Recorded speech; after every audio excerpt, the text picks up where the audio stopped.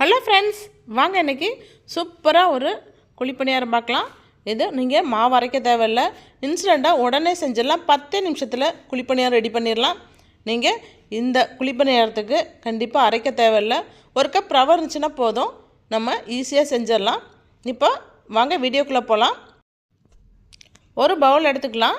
அதில் 2 கப் அளவுக்கு ரவை சேர்த்துக்கலாம். ஒரு கப்புங்கிறது 250 கிராம் ரவை. நான் இன்றைக்கி 2 கப்பு எடுத்திருக்கேன். உப்பு 1 டீஸ்பூன் சேர்த்துக்கலாம். அரை டீஸ்பூன் அளவுக்கு இட்லி சோடாப்பு சேர்த்துக்குவோம். நம்ம எந்த கப்பில் ரவை எடுத்தோமோ அதே கப்பில் மற்றதெல்லாம் சேர்த்துக்கலாம்.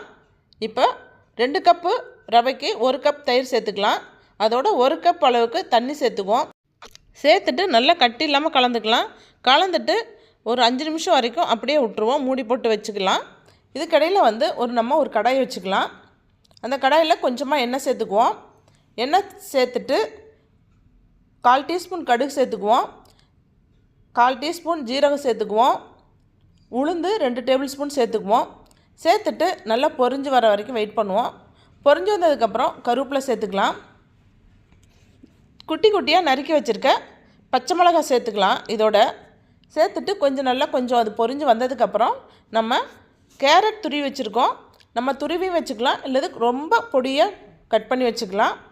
இந்த மாதிரி குட்டி குட்டியாக உங்களால் முடிஞ்சால் கட் பண்ணுங்கள். இல்லைனா நல்லா துருவி எடுத்துக்குங்க. துருவி எடுத்துகிட்டு அதில் சேர்த்துங்க. அதோட வெங்காயமும் அதே மாதிரி சேர்த்துங்க. 200 கிராம் அளவுக்கு நான் கேரட் எடுத்து துருவிட்டு சேர்த்துருக்கேன். ஒரு பெரிய வெங்காயம் எடுத்துக்கலாம். எடுத்துகிட்டு அதே மாதிரி குட்டி குட்டியாக கட் பண்ணி போட்டுக்குவோம். மல்லித்தழை இதோடு சேர்த்து நல்ல பொடியாக நறுக்கிட்டு அதையும் இதில் சேர்த்துக்குவோம். இதுக்கு தேவையான உப்பு இதிலே சேர்த்துக்கலாம். ஒரு அரை டீஸ்பூன் அளவுக்கு உப்பு சேர்த்துக்குவோம். 10 கடைசியாக சேர்த்துக்கலாம். சேர்த்துட்டு ஒரு 2 நிமிஷம் நல்லா வதக்கி எடுத்து நம்ம இந்த ரவையோடு சேர்த்து நல்லா கலந்துக்கலாம். நல்லா கலந்துட்டு பார்த்தோம்னா கொஞ்சம் எடுத்து போடுற அளவுக்கு இருக்கும். ரொம்ப கட்டியாக இல்லாமல் ரொம்ப தண்ணியாட்டம் இல்லாமல் நம்ம ஸ்பூனில் இருந்து எடுத்து போடுற மாதிரி நம்ம கலந்துக்கலாம். இதுக்கு இப்போ தண்ணி கொஞ்சம் பத்தலை, ஒரு அரை கப்பு தண்ணி சேர்த்துக்கலாம். சேர்த்துட்டு நல்லா கலந்துக்குவோம். இதுக்கப்புறம் தண்ணி தேவைப்படாது, இதுவே போதுமாக இருக்கும். நம்ம கலக்க கொஞ்சம் கெட்டியாக வர மாதிரி இருக்கும். ஆனால் நீங்கள் குழிச்சட்டில் ஊற்றுற போது அது நல்லாவே சரியாகவே இருக்கும். இந்த பதத்தில் தான் இருக்கணும். அடுத்தது நம்ம ஒரு மிக்ஸி ஜார் எடுத்துக்குவோம். அதில் 1 கப் அளவுக்கு தேங்காய் சேர்த்துக்குவோம். அரை கப்பு அளவுக்கு பொட்டுக்கடலை சேர்த்துக்கலாம். சேர்த்துட்டு ஒரு 10 சின்ன வெங்காயம் சேர்த்துக்கலாம். அதோடு சேர்த்துக்குவோம். சேர்த்துட்டு மல்லித்தழை ஒரு கைப்பிடி அளவுக்கு சேர்த்துக்குங்க. நான் கொஞ்சமாக தான் சேர்த்துருக்கேன். உங்களுக்கு ரொம்ப பிடிக்குன்னா கொஞ்சம் சேர்த்துங்க. உங்களுக்கு காரத்துக்கு தேவையான பச்சை மிளகாய் சேர்த்துக்கலாம். சேர்த்துட்டு உப்பு 1/4 டீஸ்பூன் சேர்த்துருக்கேன். சேர்த்துட்டு இதோட பெருங்காயத்தூள் கொஞ்சம் சேர்த்துக்கலாம். சேர்த்துட்டு எல்லாத்தையும் நல்லா அரைச்சி எடுத்துக்குவோம். ரொம்ப நைஸாக இல்லாமல் கொஞ்சம் குறப்பாக இருந்துச்சுன்னா அந்த சட்னி ரொம்ப டேஸ்ட்டாக இருக்கும். இந்த மாதிரி அரைச்சி எடுத்துங்க. அரைச்சி எடுத்துகிட்டு இதுக்கு ஒரு தாளிப்பு கொடுத்துக்கலாம். ஒரு கடாயை வச்சுட்டு 1 டேபிள் ஸ்பூன் ஆயில் சேர்த்துக்குவோம். ஆயில் சேர்த்துட்டு 1/4 டீஸ்பூன் கடுகு, 1/4 டீஸ்பூன் ஜீரகம், 1/4 டீஸ்பூன் உளுந்து சேர்த்துக்குவோம். சேர்த்துட்டு நல்லா பொரிஞ்சதுக்கப்புறம் கருவேப்பிலை சேர்த்துக்கலாம். கடுகு நல்லா பொரிஞ்சதுக்கப்புறம் சேருங்க, அப்போ தான் நல்லா டேஸ்ட்டாக இருக்குது சட்னி. இப்போ இதை நம்ம இதோட சேர்த்துட்டு நல்லா கலந்துக்கலாம் இந்த சட்னியில். இப்போ இந்த சட்னி ரெடி ஆயிடுச்சு. அடுத்தது ஒரு குழிச்சட்டி வச்சுக்கலாம். நம்ம நல்லா க்ளீன் பண்ணிவிட்டு அதில் தேவையான அளவுக்கு எண்ணெய் சேர்த்துட்டு மீடியம் ஃப்ளேமில் வச்சுக்கோங்க. ஹை ஃப்ளேம்லேயும் வைக்காதீங்க, லோ ஃப்ளேம்லேயும் வைக்காதீங்க.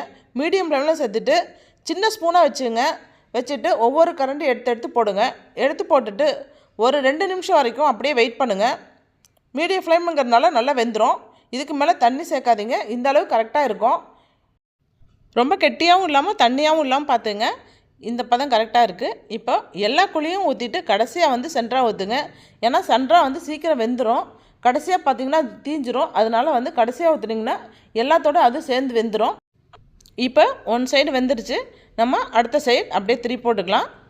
3 போட்டுட்டு கொஞ்சம் நல்லா வெந்ததுக்கப்புறம் நம்ம எடுத்துக்கலாம். சூப்பராக இருக்கும். ரொம்ப டேஸ்ட்டாக இருக்கும். வேணும்னு சொல்லி விரும்பி கேட்டு சாப்பிடுவாங்க. ரொம்ப டேஸ்ட்டாக இருக்கும். ஒரே ஒரு டைம் ட்ரை பண்ணிங்கன்னா திரும்ப இதே செய்யலான்னு தோணும். எது இல்லைன்னா டக்குன்னு இந்த மாதிரி செஞ்சோம்னா சீக்கிரமாக காலியாயிரும். குழந்தைங்க விரும்பி சாப்பிடுவாங்க. 2 to 3 நிமிஷம் வரைக்கும் அப்படியே வச்சுருந்திங்கன்னா நல்லா வெந்துடும். இப்போ இது நல்லா வெந்துடுச்சு. இப்போ நம்ம எடுத்துக்கலாம். ரொம்ப டேஸ்ட்டாக இருக்கும். இதே மாதிரி நீங்களும் செய்யுங்க, ரொம்ப சூப்பராக இருக்கும். இப்போ ஒவ்வொன்றா எடுத்து நம்ம பிளேட்டுக்கு மாற்றிக்கலாம். மாற்றிட்டு திரும்ப ஒரு டைம் நம்ம இதே மாதிரி உங்களுக்கு குழிப்பணியார செட்டில் ஊற்றி காட்ட போகிறேன். சின்ன கரண்டியாக வச்சுங்க, அப்போ தான் வந்து கரெக்டாக இருக்கும். இல்லைன்னா அதிகமாக எடுத்திங்கன்னா பக்கத்து குழிக்கும் வந்து உழுவோம். அதனால வந்து கரெக்டாக சின்ன குண்டியாக எடுத்துகிட்டு கொஞ்சம் கொஞ்சமாக ஊற்றி எடுங்க. ஊற்றி எடுத்துகிட்டு சிம்மில் வைக்காதீங்க, மீடியம் ஃப்ளேம்லேயே வச்சு ஊற்றுங்க. அப்போ தான் நல்லாயிருக்கும். இப்போ எல்லா இதுலேயும் நம்ம ஊற்றிட்டு ஒரு 2 to 3 நிமிஷம் வரைக்கும் அப்படியே விட்டுருங்க.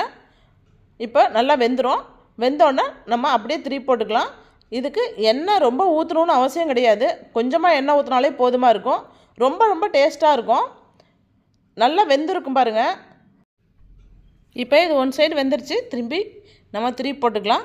திருப்பி போட்டுவிட்டு இது வெந்தோடனே எடுத்துக்குவோம். எடுத்துட்டு நம்ம வேறு பிளேட்டுக்கு மாற்றிக்கலாம். சுட சுட சாப்பிட்டிங்கன்னா ரொம்ப ரொம்ப நல்லா டேஸ்ட்டாக இருக்கும். இது காலையில் டிஃபனுக்காகவும் ஈவினிங் ஸ்நாக்ஸாகவும் நைட்டு டின்னர் கூட இந்த மாதிரி செஞ்சு கொடுங்க. ரொம்ப விரும்பி சாப்பிடுவாங்க. இதே மாதிரி நீங்கள் உங்கள் வீட்டில் செஞ்சு சாப்பிட்டு பார்த்துட்டு எப்படி இருக்குன்னு கமெண்ட் பாக்ஸில் வந்து கமெண்ட் பண்ணுங்கள். இந்த வீடியோ உங்களுக்கு பிடிச்சிருந்தா லைக் பண்ணுங்கள், ஷேர் பண்ணுங்கள், சப்ஸ்கிரைப் பண்ணுங்கள். பக்கத்தில் இருக்க பெல் ஐக்கானை கிளிக் பண்ணுங்கள். Okay, by. நெக்ஸ்ட் வீடியோவில் பார்ப்போம்.